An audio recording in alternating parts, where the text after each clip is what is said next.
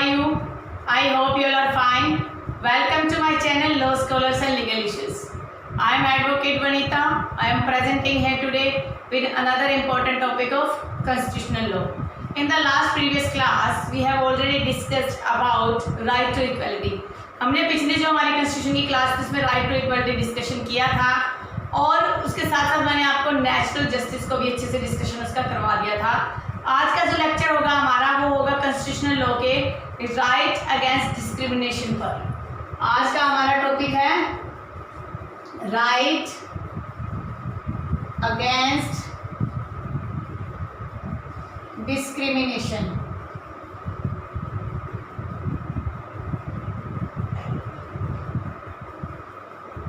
सबसे पहले तो हमें ये समझना पड़ेगा कि राइट अगेंस्ट डिस्क्रिमिनेशन कौन से प्रोविजन में दिया हुआ है। ये दिया हुआ है आर्टिकल 15।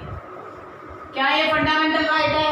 हाँ जी, ये फंडामेंटल राइट है। तो राइट अगेंस्ट डिस्क्रिमिनेशन के अंदर बहुत काफ़ी डिस्कशन करने के लिए है और मेरी कोशिश ये रहेगी कि मैं आपको एक एक कंसेप्ट जो है क्लियरली डिस्कस करवा दूँ। उससे पहले सबसे पहले हमारे लिए समझना जरूरी हो जाता है कि डिस्क्रिमिनेशन होता क्या है, किस चीज़ को आप डिस्क्रिमिनेशन कहेंगे। नॉर्मल सेंस में आप डिस्क्रिमिनेशन का क्या मतलब लेकर चलते हैं। देखो जो वर्ड होता है ना डिस्क्रिमिनेशन का मतलब होता है भेद करना। ये किसका ऑपोजिट है? इक्वलिटी के ऑपोजिट है। ये ऑपोजिट है। इक्वलिटी में तो सभी को समान रखा जाएगा, डिस्क्रिमिनेशन में भेद रखना। जहां पर दो वर्गों में, दो धर्मों में, कास्ट, रंग, क्लास, इनके बेस पर किसी प्रकार का जब भेद किया जाता है उसे डिस्क्रिमिनेशन बोला जाएगा। मान लो एक कोई व्यक्ति है, हिंदू है, सेकंड है कोई मुस्लिम, किसी होटल में जा रहे हैं, वहां पर अगर ये लिखा जाता है हिंदूज आर प्रोहिबिटेड, तो ये क्या हो जाएगा? जब भी कोई ऐसा प्रोहिबिशन लगेगा तो क्या होगा? डिस्क्रिमिनेशन कर रहा है। तो ये होता है डिस्क्रिमिनेशन जब दो व्यक्तियों के बीच में एक धर्म के बीच में एक भेदभाव क्रिएट किया जाता है, उसे बोलते हैं discrimination. It is always opposite to equality. Equality के हमेशा ये ऑपोजिट होता है। लेकिन कई बार ऐसी स्थिति होती है जहां पर जो पार्लियामेंट है या स्टेट है कुछ ऐसे लॉ बनाकर डिस्क्रिमिनेशन कर भी सकती है। वो कौन कौन से सर्कमस्टेंसेस होंगे हम आज उसको अच्छे से डिस्कशन करेंगे। मेरी कोशिश रहेगी कि आज का ये जो कंसेप्ट है मैं पूरा आपको डिटेल में करवा दूं और उसके बाद हमें नेक्स्ट लेक्चर बनाने की कोई रिक्वायरमेंट ना रहे, क्योंकि अगर हम इतना ही स्लो चलते रहे तो हमारा सिलेबस किसी भी कंडीशन में पूरा ही नहीं हो पाएगा और साल 2 साल तक लटकता रहेगा। तो आर्टिकल 15 कहता है प्रोहिबिशन ऑफ डिस्क्रिमिनेशन। मैं आपको बेयर लैंग्वेज बता रही हूँ क्या है प्रोहिबिशन ऑफ डिस्क्रिमिनेशन।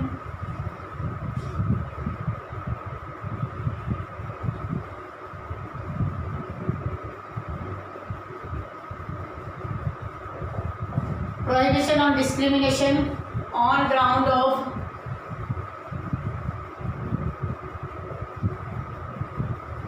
religion,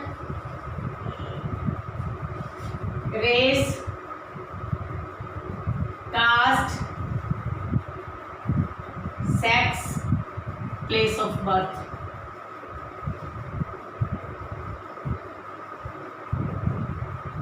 अब बात आती है रिलीजन। रिलीजन आप किसको कहेंगे? रिलीजन के बेस पे किस प्रकार से आप कहेंगे कि डिस्क्रिमिनेशन हो रहा है या नहीं हो रहा? इसका मतलब होता है कि मैं इनको अलग अलग टर्म्स को समझाती हूँ। रिलीजन में क्या आएगा, रेस में क्या आएगा, कास्ट में क्या आएगा, sex, place of birth. Religion में ये है कि जब कोई अपॉर्चुनिटी मिल रही है, जब कोई जॉब की बात आ रही है, कोई अदर पर्पस है, कोई पब्लिक पॉलिसी बन रही है, उसके रिगार्डिंग किसी भी टाइप का भेदभाव नहीं होना चाहिए। कोई भी अपॉर्चुनिटी हो सकती है, कोई पब्लिक पॉलिसी होती है, उसके रिगार्डिंग जो है आप किसी प्रकार का भेदभाव नहीं कर सकते। अभी जो सिटीजन अमेंडमेंट एक्ट आया था उसमें क्या था, मुस्लिम जो थे उनके साथ एक तरीके से माना जा रहा था कि डिस्क्रिमिनेशन हो रहा है। मेन मुद्दा ये था, ओनली मुस्लिम नहीं थी और भी अदर उसमें रिलीजन के लोग थे, तो इस तरीके से ये डिस्क्रिमिनेशन नहीं होना चाहिए। इसी ग्राउंड पर कोर्ट में उसको चैलेंज किया गया। फिर बात आती है रेस की। रेस क्या होगा, रेस ये कहता है कि एक मान लो सिटीजन है, कोई एक सिटीजन है मान लो पाकिस्तान का, पाकिस्तान ओरिजिन है, वो पाकिस्तान में उसका जन्म हुआ, बट वो सिटीजन कहाँ का है, इंडिया का है। एक सिटीजन है इंडिया का, जन्म भी उसका इंडिया में हुआ, मौजूदा टाइम में भी इंडिया का ही है। इस बेस पर मौजूदा टाइम में जो ये इक्वलिटी है, इसके बेस पर अगर आप डिस्क्रिमिनेटरी कोई भी पॉलिसी लेके आते हो, कोई भी ऐसा कुछ स्टेप उठाते हो जिससे कि उन दोनों के बीच में भेद क्रिएट होता है, दैट इज कॉल्ड डिस्क्रिमिनेशन। और ऐसा डिस्क्रिमिनेशन आप नहीं कर सकते। ये बात कह रहा है रेस के मामले में। थर्ड है कास्ट। कास्ट का मतलब एक हिंदू है, उसी के अंदर सब कास्ट है, जनरल, बीसी, एससी या एसटी, कोई भी ऐसी कास्ट है, इनको प्रोहिबिट कर रहे हैं किसी मंदिर में जाने से। मान लो एससी वालों को आप मंदिर में जाने से प्रोहिबिट कर रहे हो, हिंदू को आप जनरल कास्ट के बाकी मेंबर्स को भी आप कहीं और जाने से प्रोहिबिट कर रहे हो। तो ऐसा कोई भी पब्लिक पॉलिसी, ऐसा भी कोई रूल, कोई नियम बन के आता है, that is a discriminatory nature, वो डिस्क्रिमिनेटरी नेचर का हो जाएगा। तो इस तरीके से आप इसे डिस्क्रिमिनेशन कह सकते हो। फिर बात आती है सेक्स की। सेक्स का मतलब वुमन, मैन, ट्रांसजेंडर, तीनों प्रकार के सेक्स होते हैं। अगर इनको आप पब्लिक प्लेस में जाने से मना करते हो, किसी प्रकार की जॉब्स में जो है इनके साथ भेदभाव किया जाता है। ट्रांसजेंडर के लिए तो आजकल जो कॉलम्स आते हैं उसमें क्या आता है, कॉलम में लिखा आता है मैन, क्या आप मैन हो, मेल हो, फीमेल हो या अदर हो। तो अदर के अंदर ट्रांसजेंडर आने लगे हैं, इनकी इक्वलिटी ले आए हैं। लेकिन कोई ऐसा रूल आ गया कि पुलिस की कोई वैकेंसी निकली है, उसमें आप वुमेन को ही प्रेफर कर रहे हो, मैन को ही प्रेफर कर रहे हो या सिर्फ ट्रांसजेंडर को प्रेफर कर रहे हो, डिफरेंस क्रिएट कर देते हो, तो उस मामले में ये डिस्क्रिमिनेशन हो जाएगा। हालांकि इनमें भी कुछ एक्सेप्शन है जो हम लेटर जो हमारे डिस्कशन है उसमें अच्छे से डिस्कस करेंगे। नेक्स्ट है प्लेस ऑफ बर्थ।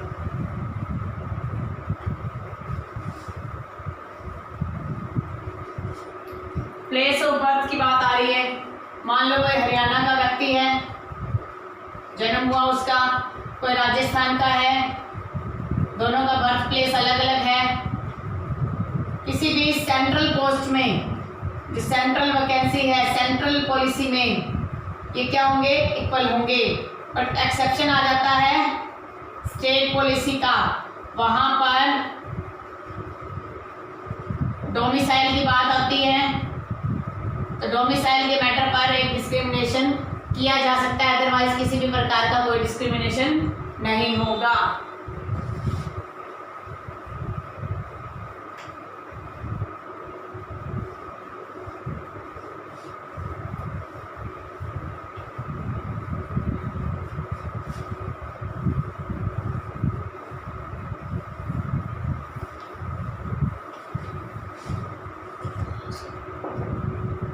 अब हम स्टार्ट करते हैं आगे।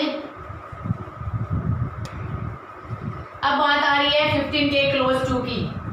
15 का 2 ये कहता है no citizen shall on ground only of religion, race, caste, place of birth या कोई भी इनमें से है, subject to any disability, liability, restriction और कंडीशन।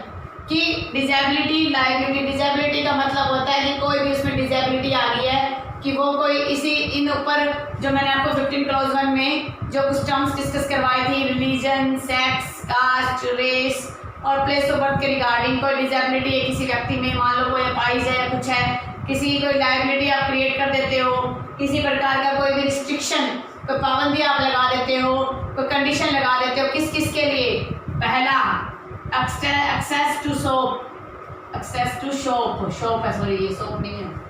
फिर है public restaurant, public restaurant.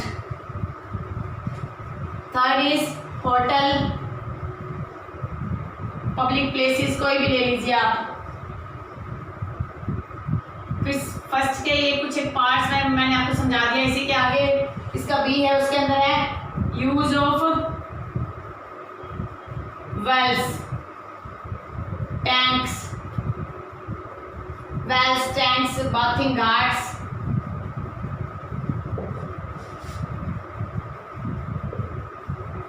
Roads,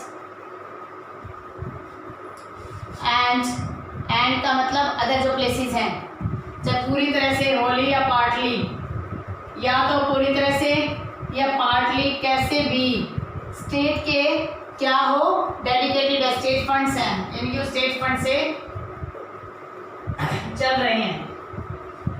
कोई भी व्यक्ति है, चाहे वो मेल है, फीमेल है, बच्चा है, ट्रांसजेंडर, कोई भी व्यक्ति क्यों ना है, अगर उसे किसी भी शॉप पे आप चाहने से इस बात के लिए मना कर देते हो कि आप एससी से हो, आप बीसी से हो, तो आप वो ऐसा करते हो तो आपके अगेंस्ट कार्रवाई हो जाएगी।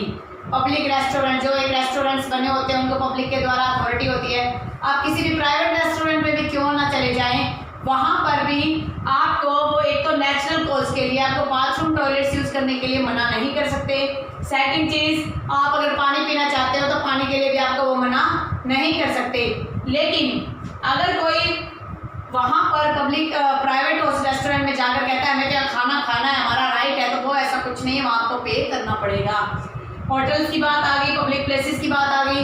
अब जैसे ही पेट्रोल पंप्स होते हैं, चाहे वो प्राइवेट है या गवर्नमेंट ऑथराइज है, कुछ भी है, वहाँ पर क्या है, टॉयलेट्स बने होते हैं। अगर कोई वहाँ पर जाके टॉयलेट के पर्पज से जा रहा है, नेचुरल कॉज के लिए जा रहा है, उसे वहाँ पर मना नहीं कर सकते। इसी तरीके ये जो प्रोविजन है मोस्टली गाँव में यूज होता है, वेल्स है, कुएं बने होते थे पुराने टाइम की, अगर आपने मूवीज देखी होगी, वहाँ पर कहते हैं तो अछूत है, इसको पानी नहीं भरने दिया जाएगा, ये नहीं करने दिया जाएगा, वो नहीं करने दिया जाएगा।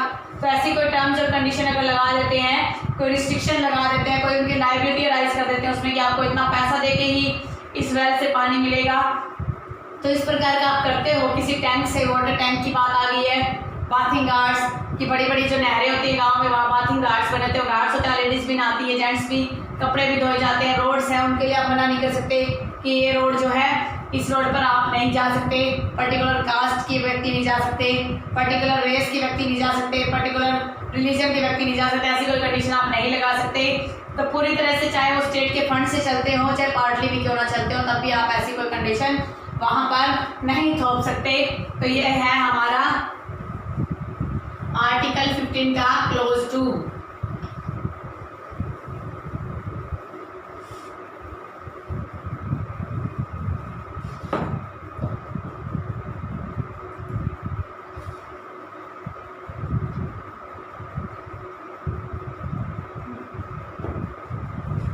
अब जो आर्टिकल 15 का 3, 15 का 4 और 15 का 5, ये क्या है, एक्सेप्शन है। दीज आर एक्सेप्शन कि इन मामलों में अगर स्टेट चाहे तो डिफरेंस क्रिएट कर सकती है, डिस्क्रिमिनेशन कर सकती है, इनमें आप किसी तरीके से रोकोगे नहीं। कि कौन कौन से मैटर है उसको हम अभी डिस्कशन कर लेते हैं कि कौन से ऐसे मैटर हैं जिसके अंदर आप नहीं रोक सकते। जैसे ये है वुमेन और चिल्ड्रन के रिगार्डिंग,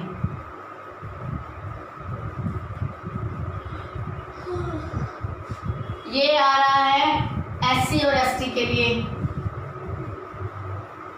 और ये आ रहा है जो माइनॉरिटी एजुकेशनल इंस्टीट्यूशंस होते हैं उनके लिए।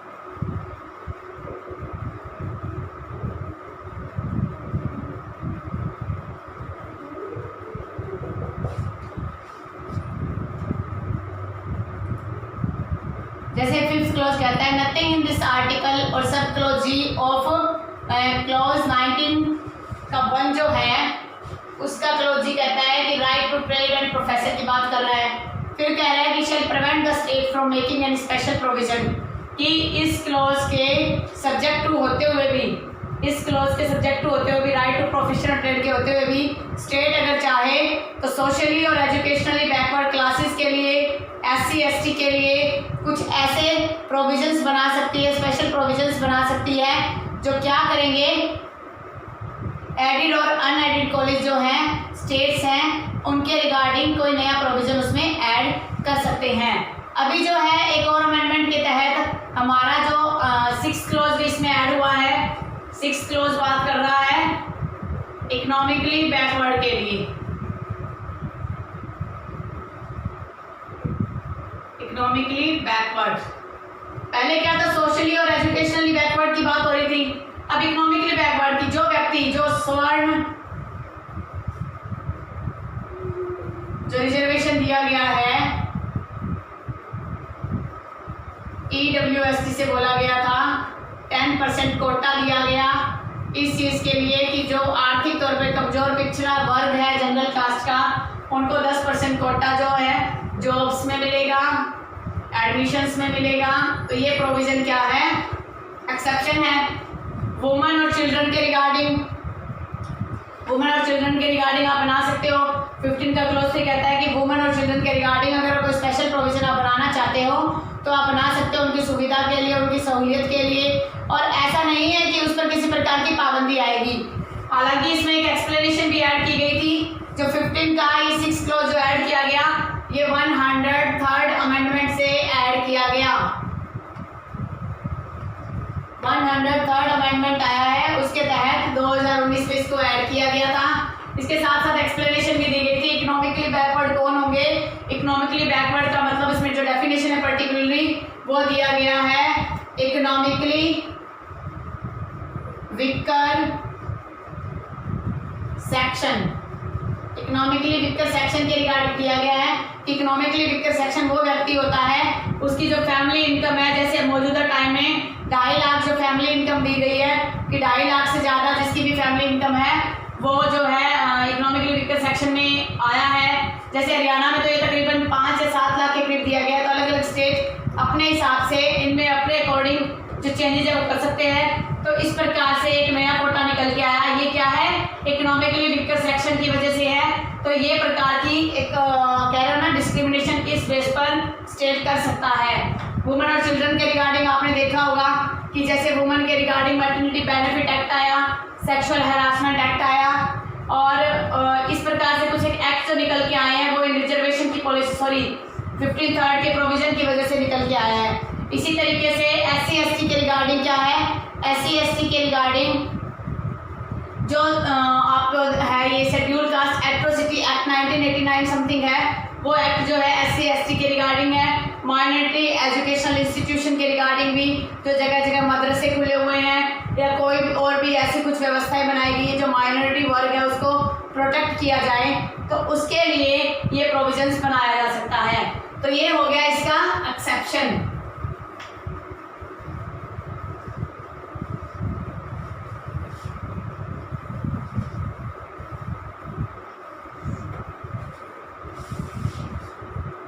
ये जो होता है ना डिस्क्रिमिनेशन भी, ये प्रोटेक्टिव डिस्क्रिमिनेशन है, प्रोटेक्टिव डिस्क्रिमिनेशन। इसे आप प्रोटेक्टिव डिस्क्रिमिनेशन कह सकते हो, पॉजिटिव डिस्क्रिमिनेशन कह सकते हो।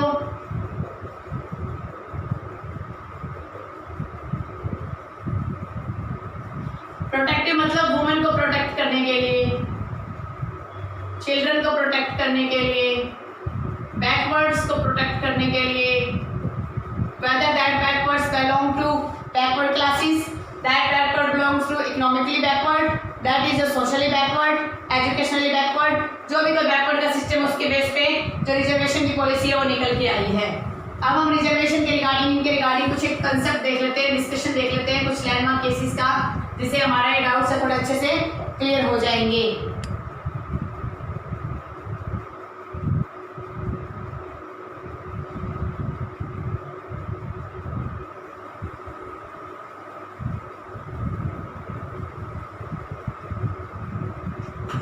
जैसे केस है इसमें Ajay Kumar versus state of Bihar.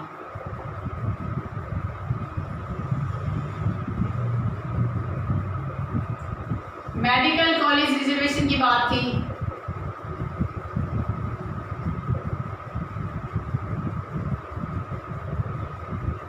इस मैटर में क्या हुआ, जो 15 क्लॉज 4 है उसमें एससी के रिगार्डिंग कोई प्रोविजंस बनाए गए कि इनको कुछ कोटा दिया जाएगा, तो इसके अंदर अपील फाइल की गई कि ये जो रिजर्वेशन है ये जो कॉन्स्टिट्यूशन के जो फंडामेंटल राइट्स को वायलेशन कर रहा है, तो इसको नल एंड वॉइड डिक्लेयर किया जाए। लेकिन अपील को रिजेक्ट कर दिया गया क्योंकि कोर्ट ने ये बात कही कि 15 क्लॉज 4 के तहत जो है ये जो रिजर्वेशन है ये जस्ट है, तो इसको आप अनकॉन्स्टिट्यूशनल डिक्लेयर नहीं करवा सकते। ये तो गया रिजर्वेशन। फिर सेकंड रिजर्वेशन की बात आती है on the basis of demoiselle.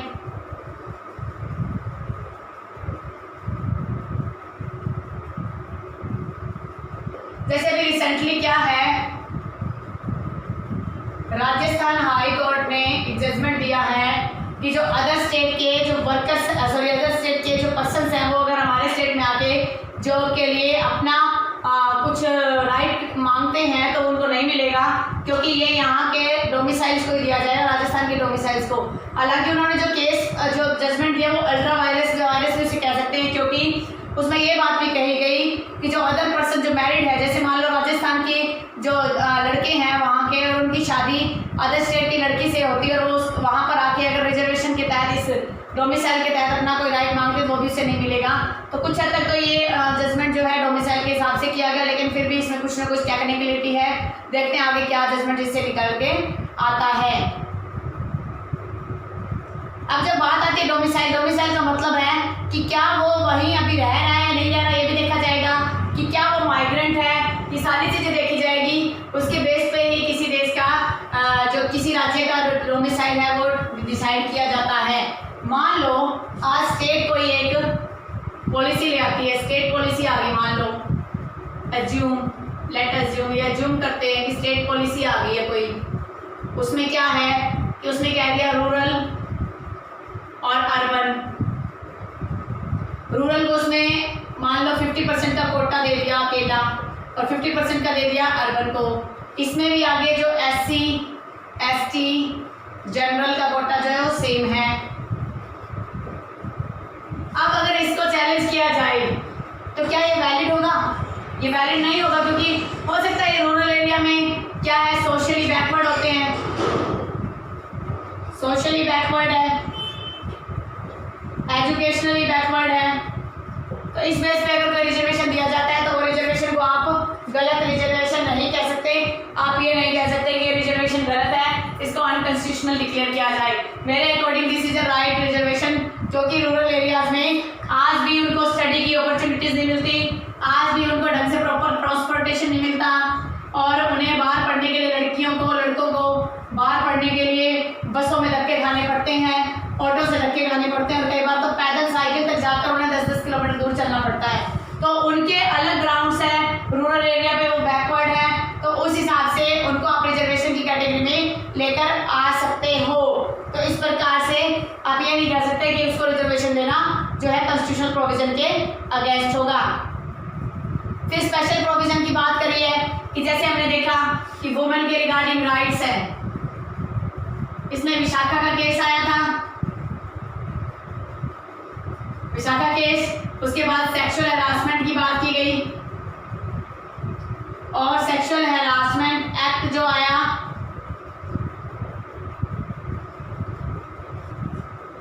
DV act आया, फिर चाइल्ड प्रोटेक्शन के लिए राइट टू एजुकेशन का एक्ट आया,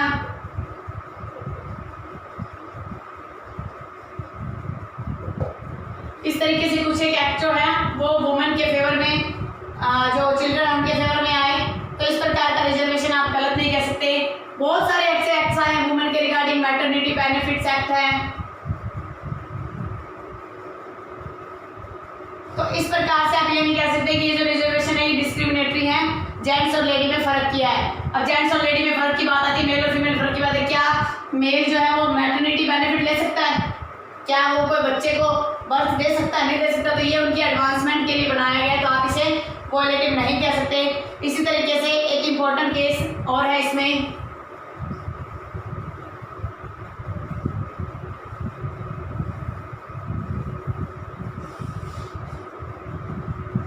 राजेश कुमार गुप्ता का केस है।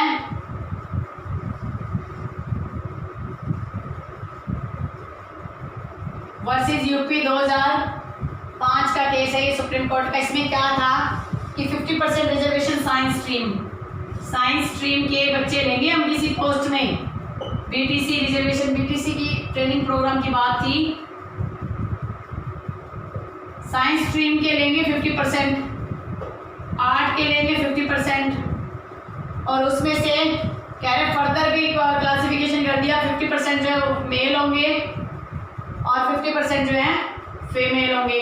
तो इसको जो है चैलेंज किया गया और ये कहा गया कि जो है ना जो ये बनाया गया ये आर्बिट्रेरी है, आर्टिकल 50 का वायलेटिव है, तो इसलिए इसको अनकॉन्स्टिट्यूशनल डिक्लेयर किया गया। लेकिन कोर्ट ने इस टॉपिक को रिजेक्ट कर दिया, क्योंकि अभी मैंने आपको रूरल और जो अर्बन का एग्जाम्पल दिया था, ये सेम उसी टाइप का एग्जाम्पल है, तो ये किसी प्रकार का वायलेटिव नहीं है, किसी प्रकार का डिस्क्रिमिनेशन अराइज नहीं कर रहा, और अगर ये डिस्क्रिमिनेटरी होता तो सुप्रीम कोर्ट इसको डिक्लेयर कर देती अनकॉन्स्टिट्यूशनल।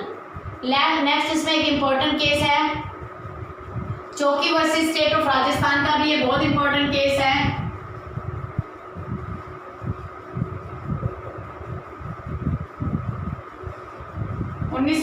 का केस है ये राजस्थान हाई कोर्ट का।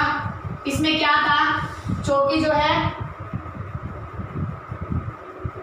लेडी का नाम है ये, और इसका हस्बैंड, लेडी और हस्बैंड चार्ज फॉर मर्डर के लिए चार्ज थे। इसमें ग्राउंड लिया गया बेल का, बेल के लिए डिमांड की गई और ग्राउंड लिया गया फीमेल का, और ये बात कहेगी कि घर में एक बच्चा है उसकी टुक केयर के लिए, संभाल के लिए जो है इसको बेल मिलनी चाहिए। तो इसमें बेल ग्रांटेड की गई थी, तो इसको चैलेंज किया गया कि बेल जो है ये डिस्क्रिमिनेटरी नेचर की है, डिस्क्रिमिनेशन किया गया, दोनों ने इक्वल क्राइम किया, लेकिन कोर्ट ने उस अपील को आगे रिजेक्ट कर दिया और ये बात कही गई कि जो ये चौकी है उसको बेल ग्रांट की गई क्योंकि she was a woman and a young child dependent on her, कि उसके ऊपर एक छोटा बच्चा उसके ऊपर डिपेंडेंट है, अगर इसको जमानत नहीं दी जाएगी तो किसी भी तरीके से उस बच्चे की संभाल नहीं हो सकेगी। तो इस प्रकार से जो ग्राउंड है वो सही है। फिर बात आती है कि क्या रिजर्वेशन विद इन रिजर्वेशन हो सकता है, ये भी हो सकता है। मैंने आपको रूरल के तहत अभी समझाया ही था, लेकिन फिर भी मैं दोबारा समझा देती हूँ।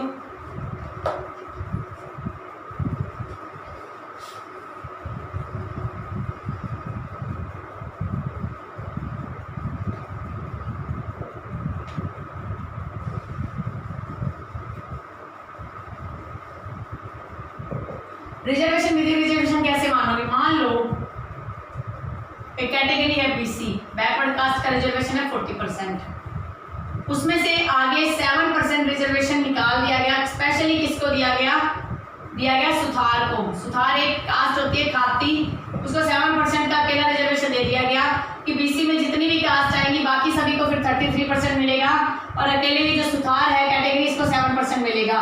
तो क्या इस प्रकार से कोई रिजर्वेशन दिया जा सकता है? तो इस प्रकार से ये बात कही गई है कि जो रिजर्वेशन है आप इस प्रकार से भी दे सकते हो, क्योंकि हो सकता है ये जो वर्ग है ये काफ़ी बैकवर्ड हो, और उसी बैकवर्ड वर्ग को आगे लाने के लिए, बैकवर्ड सेक्शन को आगे लाने के लिए रिजर्वेशन दिया गया है, विच इज डिक्लेयर्ड कॉन्स्टिट्यूशनल। अब बात आती है कि क्या किसी पर्टिकुलर स्टेट के लिए भी स्पेशल प्रोविजन बनाए जा सकते हैं। मान लो ये तो बात होगी रिजर्वेशन के किसी स्टेट की, विद इन स्टेट की बात आ रही है। अब बात आ रही है कि क्या स्टेट के लिए स्पेशल प्रोविजन हो सकते हैं, special provision to state.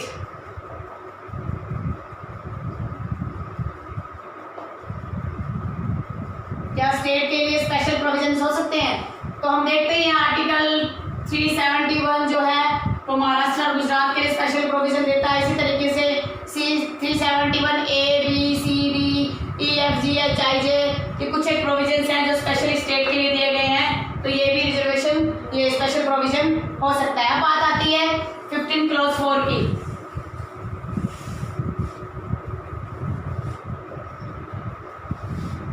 15 clause 4 कह रहा है कि advancement of backward class, advancement of backward class के एडवांसमेंट के लिए आप रिजर्वेशन दे सकते हो। अगर इस क्लॉज की बात करें तो ये कहता है कि कोई भी ऐसे लॉ, कोई भी सरकार, कोई भी पार्लियामेंट किसी भी बैकवर्ड क्लास के उत्थान के लिए, बैकवर्ड क्लास के लिए क्या मतलब बीसी आ गया, एससी आ गया, एसटी आ गया, कोई भी वर्ग हो सकता है, कोई भी सेक्शन हो सकता है, उस पर्टिकुलर क्लास को इम्प्रूवमेंट करने के लिए वो रिजर्वेशन बना सकता है।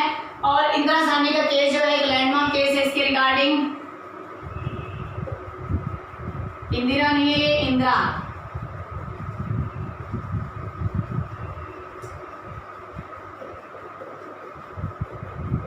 ये जो केस है एक ज्वलंत मुद्दा इसमें उठ के आया था। इसमें क्या काफी विवाद हुए थे 1991 के आसपास रिजर्वेशन के रिगार्डिंग। तो इसमें एक सीलिंग डिसाइड कर दी गई थी कि 50% से ज़्यादा रिजर्वेशन नहीं दे सकते, नॉट मोर देन 50 से ज़्यादा रिजर्वेशन नहीं हो सकता।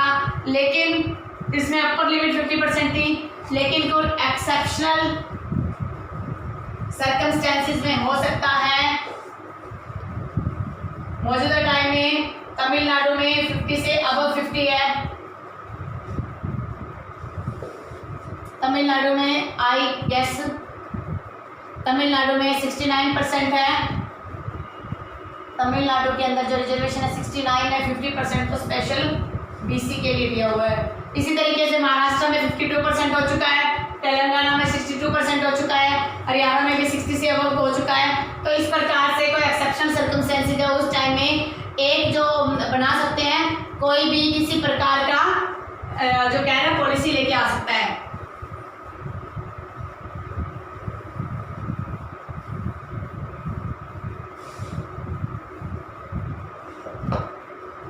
Whether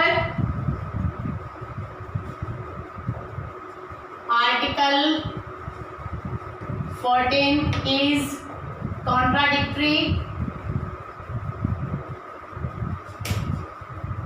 to Article 15 clause 3, 4, 5, क्या ये इसका कॉन्ट्राडिक्टरी है? क्या आप इसे कॉन्ट्राडिक्टरी बोलोगे? क्या उसे आप कॉन्ट्राडिक्टरी की कैटेगरी में लेके आओगे? देखो आर्टिकल 14 बात कर रहा है इक्वलिटी बिफोर लॉ और equality, equal protection of law.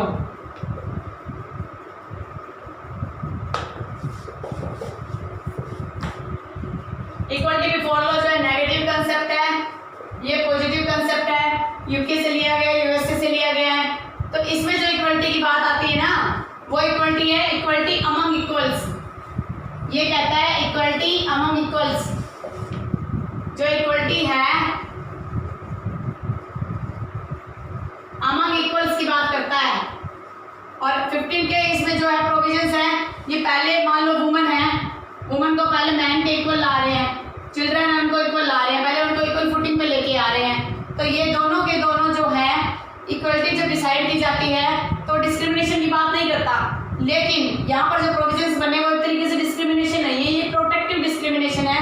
तो आप ये नहीं कह सकते कि आर्टिकल 14 है जिसका एम जो था इक्वलिटी डिसाइड करना, क्या 15 में उसने वायलेट कर दिया? 15 ने किसी प्रकार का वायलेट नहीं किया है। तो इस प्रकार से आज का हमारा जो कंसेप्ट है आर्टिकल 15 का वो कंप्लीट होता है।